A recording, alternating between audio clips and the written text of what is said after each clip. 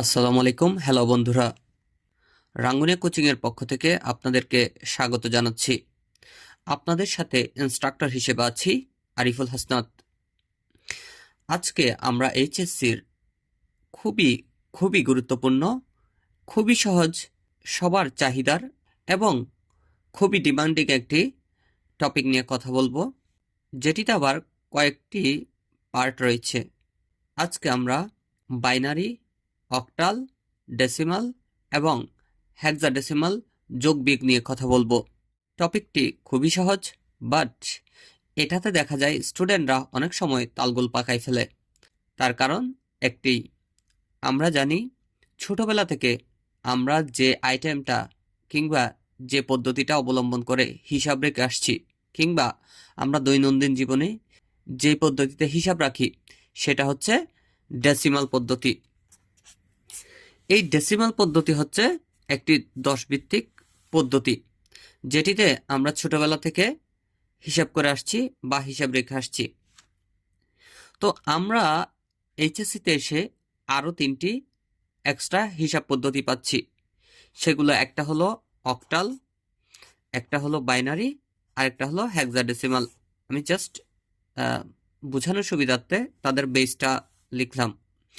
মনে রাখবেন বন্ধুরা, বেসটা এইসব অঙ্কে খুবই গুরুত্বপূর্ণ, কিংবা আপনি বলতে পারেন টোটাল আইসিটির জন্য যত যত আপনি কাজ করেন না কেন, বিশেষ করে তৃতীয় চ্যাপ্টারের, আপনাকে বেসের বিষয়টা অবশ্যই অবশ্যই খুবই গুরুত্ব দিয়ে মাথায় রাখতে হবে।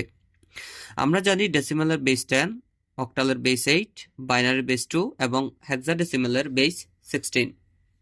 ডিটেলস আমরা বিভিন্ন ক্লাসে হয়তো আস্তে আস্তে আরও অনেক কিছু জানাবো। আমরা জাস্ট ক্লাসটি বড় হবে বিধায় আমরা যতটুকু না বললেই নয়, ঠিক ততটুকু বলে ক্লাসটা শেষ করব, কিংবা টপিকটা শেষ করার চেষ্টা করব। আপনারা দেখতে পাচ্ছেন আমি প্রথমেই যে টপিকটা নিচ্ছি সেটা হচ্ছে অক্টাল যোগ বিয়োগ। তো আমরা এখন দেখব অক্টাল যুগের পদ্ধতিটা। আমরা ছোটবেলা থেকে ডেসিমাল কিংবা দশমিক সংখ্যা পদ্ধতিতে যোগ বিয়োগ করে আসছি। আমরা এবার ওই ডেসিমাল সংখ্যা পদ্ধতির সাথে সাথে অক্টাল, বাইনারি এবং হেক্সাডেসিমালের যোগ বিয়োগ পদ্ধতিটাও খুব সহজেই শিখে নিব। জাস্ট যেভাবে বুঝাই ওইভাবে বিষয়টা একটু বোঝার চেষ্টা করবেন, বেসটা একটু মাথায় রাখবেন। দেখবেন যে 1 মিনিটেই বিষয়টা সলভ হয়ে গেছে। দেখেন, আমরা প্রথমে একটা হিসাবে যাই। আমি প্রথমে একটা এখানে লিখে রেখেছি আমাদের সময়টা বাঁচানোর জন্য, কিংবা সুন্দর করে প্রেজেন্ট করার জন্য। দেখেন, আমাকে বলা হচ্ছে 4 to 7, 6 to 4 এই দুইটা সংখ্যাকে যোগ করার জন্য, এবং তাদের বেস দেওয়া হয়েছে কত? 8। আপনারা দেখতে পাচ্ছেন। আর 8 বেস মানেই আমরা কি জানি, এটা একটা অক্টাল সংখ্যা পদ্ধতি। বন্ধুরা, আমরা ডেসিমেলের অঙ্ক যেভাবে করছি ঠিক অনেকটা ওই হিসেবে যোগই হবে, কিন্তু আমরা আগের ধার নিলে কিংবা আগের সংখ্যা থেকে কিছু একটা নিলে তখন সেটা 10 যোগ হতো। যদিও আমরা এটা একটু বুঝবো একটু পরেই, কিন্তু এটাতে মনে রাখবেন 8 যুক্ত হবে। এটা একটা যোগ অঙ্ক, তাহলে আমরা যোগ করব দুইটা সংখ্যাকে। 7 আর 4 কত? 7 আর 4 আমরা স্বাভাবিকভাবে ডেসিমেলে চিন্তা করি 11। আমরা কি এখানে 11 বসাই? আমরা তো ডেসিমেলেও 11 বসাই না, অক্টালে তো একদম পারবই না। বিষয়টা আরেকটু ব্যাখ্যায় যাচ্ছি, যেহেতু এটা প্রথমবার। দেখেন, আমরা অঙ্কগুলা করার সাথে আমি এখানে একটু করে দেখাচ্ছি। দেখেন, আমরা ডেসিমেল মনে রাখবেন, এটা ডেসিমেল দিয়ে বুঝাচ্ছি আপনাদেরকে বোঝানোর সুবিধার্থে। ডেসিমেলে 7 4 11 হলে আমরা কি বসাই? 7 4 11, 11 1 হাতে আছে আমার 1, এটা ইংরেজিতে হয়ে গেছে, সরি, 1। আমরা আরেককে ধরেন, এদিকে আরেকটা সংখ্যা আছে 14, হ্যাঁ 14। সো আমরা 7 4 11, 11 1 হাতে আছে 1, আর এই হাতে 1 থাকলে এটাকে আমরা এটার সাথে এনে যোগ করে 1 আর 1 2, এভাবেই আমরা 21 সমাধান করছি। কি 7 আর 14 মিলে 21 হয়েছে। কিন্তু একবার কি ভেবে দেখেছেন যে আমরা এদিক থেকে একসাথে কেন আমরা 11 বসালাম না, ওই 1কে কেন এগিয়ে নিয়ে যাই? এই বিষয়টা আমাদের টিচাররা কিংবা আমরা ছোটবেলা থেকে জাস্ট তেমন গুরুত্ব দিয়ে শিখি নাই, কিংবা পড়ি নাই, বাট আমাদের এটাকে এখন এটা খুবই গুরুত্ব দিতে হবে এবং বুঝতে হবে। দেখেন, আমরা যদি ঠিক একইভাবে ধরেন 14 থেকে আমরা 7কে মাইনাস করতে যাচ্ছি, বিয়োগ, ওই যে আমরা চিরাচারিত যেটা করে আসছি, তাহলে 4 থেকে ধরেন এটা 2 দিলাম, বলতেছে 4 থেকে 7 যায় না, তখন আমরা কি নিই, এখান থেকে এক ধার নিই।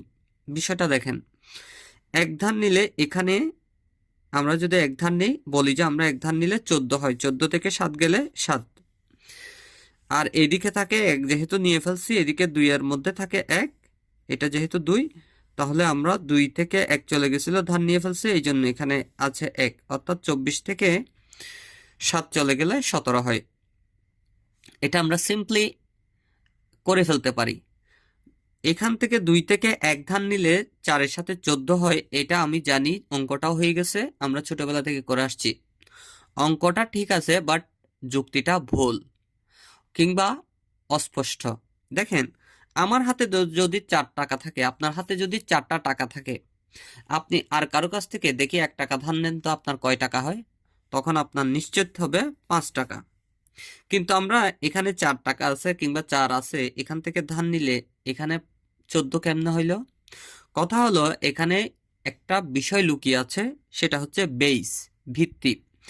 আমরা যেহেতু আগে ডেসিমেলের অঙ্ক করেছি, সেহেতু এখানে আসলে 1 আসে নাই, এখানে আসছে 1 বেস, অর্থাৎ ডেসিমেলের অঙ্কের মধ্যে বেস হচ্ছে 10, ডেসিমেলের অঙ্কে বেস হচ্ছে 10। তো ডেসিমেলের অঙ্কে যেহেতু বেস 10, 10টা অঙ্ক, এই জন্য তার বেস 10, অক্টালের 8, বাইনারির 2, এবং এখানে 16 হচ্ছে আমার হেক্সাডেসিমেলের। সো আমার এখানে ধার নেওয়ার সময় আমার কাছে কিন্তু 1 টাকা আসে নাই কিংবা 1 আসে নাই, আমার কাছে আসছে 1 বেস। 1 বেস পরিমাণ কত? ডেসিমেলে 1 বেস পরিমাণ হচ্ছে 10। এই জন্য এই 2 থেকে 1 ধার নিলে বা 1 বেস ধার নিলে 4 এর পাশে আসতে এটা 14 ধরছিলাম। এটা স্পষ্টভাবে 14 থেকে 7 চলে গেলে আমরা এখানে 7 বসাইছি। আর এখানে 2 ছিল, 1 ধার নিয়ে ফেলছিলাম, এই জন্য এখানে 2 থেকে 1 চলে গেছে, আর 1 আছে, এটা এখানে বসাই দিয়েছিলাম। অঙ্কটা ঠিক আছে, কিন্তু যুক্তিটা একটু অস্পষ্ট ছিল, এটা আজকে ক্লিয়ার হয়ে নেব আরো। দেখেন, আমি এখন অঙ্ক চলে যাচ্ছে উদাহরণ থেকে।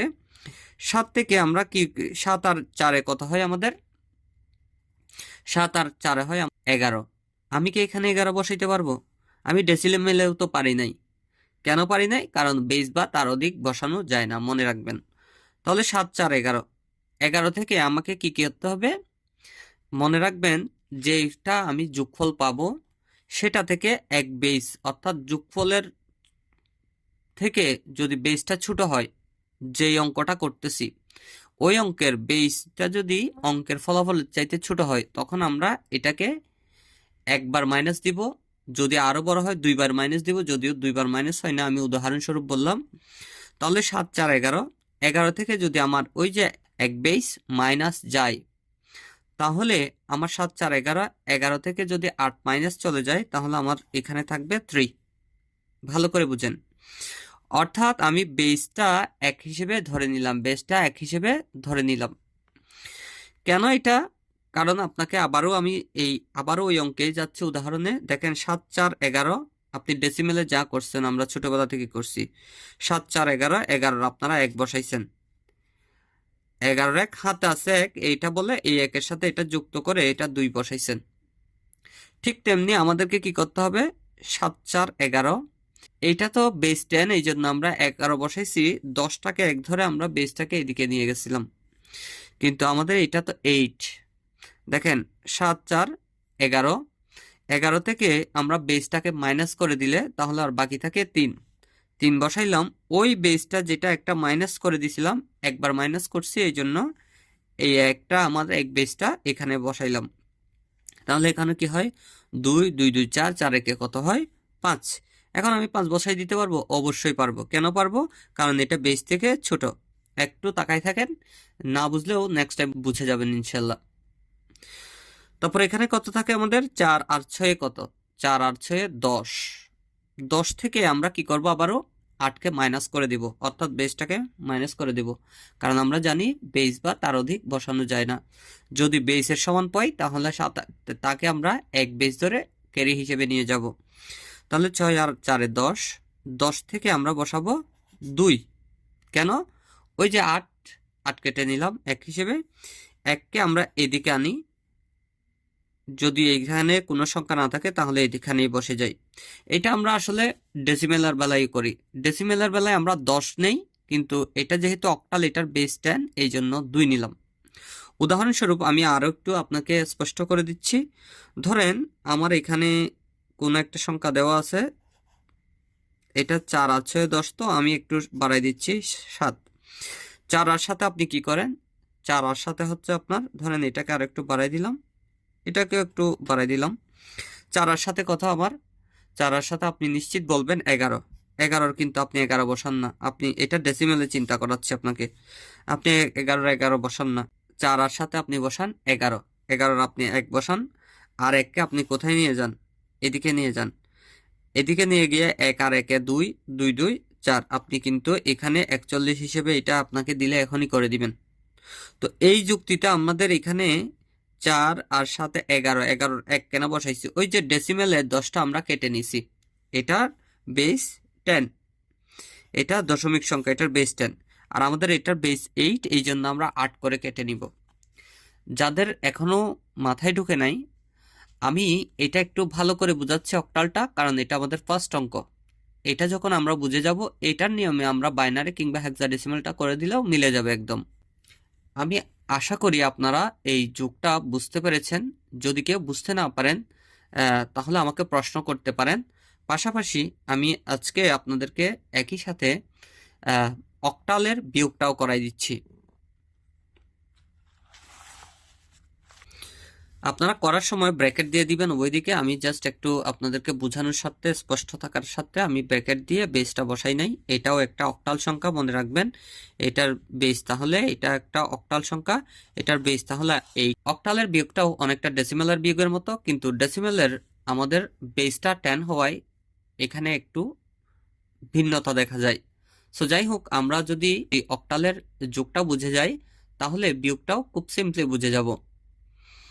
তবে আমাদের বেসটা একটু মাথায় রাখতে হবে। তাহলে চলুন শুরু করা যাক। 5 থেকে 6 কি বিয়োগ যায়? তাহলে আমাকে কি করি? আমরা কোনো একটা ছোট সংখ্যা থেকে বড় সংখ্যা বিয়োগ না গেলে আমরা কি করি? ডেসিমেলের বেলায় করছিলাম, এক ধান নেই।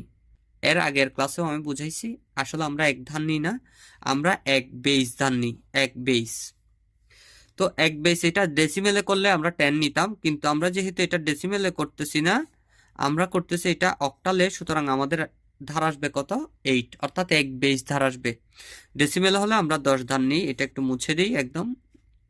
তাহলে আমাদের এখন আসতেছে কত? 8। 8 5 কত? 13। 13 থেকে 6 গেলে আমাদের কত থাকে? 6 7 13, তাহলে আমাদের 7। এরপর কি এখানে কত থাকে দেখেন?